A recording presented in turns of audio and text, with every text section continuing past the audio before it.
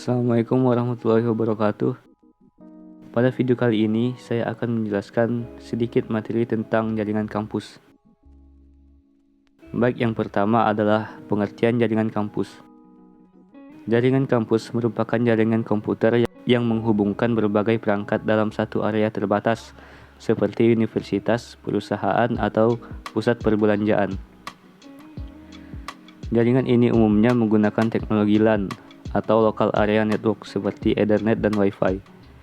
Dengan adanya jaringan kampus, akses internet dan komunikasi data menjadi lebih mudah dan efisien.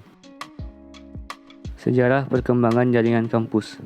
Jaringan kampus berkembang seiring dengan kemajuan teknologi. Generasi pertama yaitu pada tahun 1980-an menggunakan IEEE 802.3 Ethernet dan masih bergantung pada router mahal.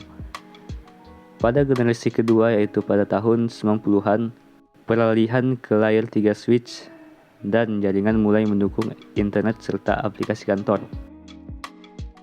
Lalu pada generasi ketiga yaitu pada tahun 2000-an sampai sekarang. Wi-Fi semakin diadopsi untuk akses nirkabel yang lebih fleksibel dan mendukung perangkat seluler serta IoT atau Internet of Things. Lanjut ke jenis jaringan kampus. Berdasarkan skalanya, jaringan kampus dibagi menjadi 3 yaitu: yang pertama jaringan kampus kecil, kurang dari 200 pengguna dan kurang dari 25 perangkat jaringan.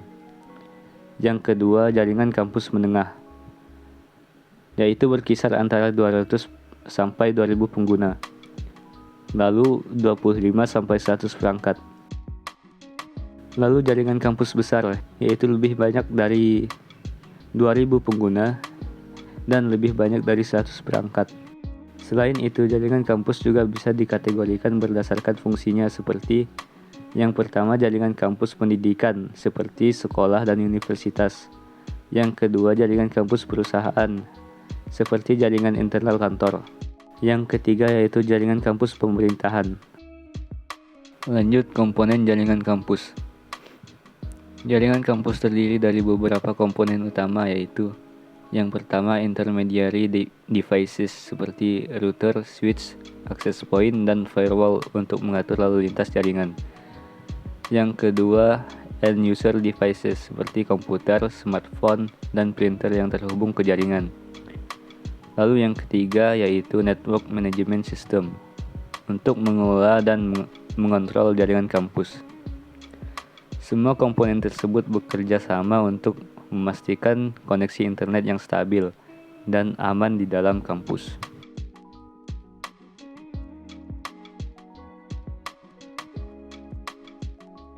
Lanjut jenis akses jaringan kampus. Ada 2 cara utama untuk mengakses jaringan kampus. Yang pertama, akses kabel atau Ethernet. Lebih stabil dan cepat, cocok untuk server dan perangkat utama.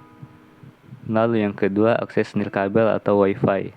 Fleksibel dan memungkinkan mobilitas tinggi tetapi lebih rentan terhadap gangguan.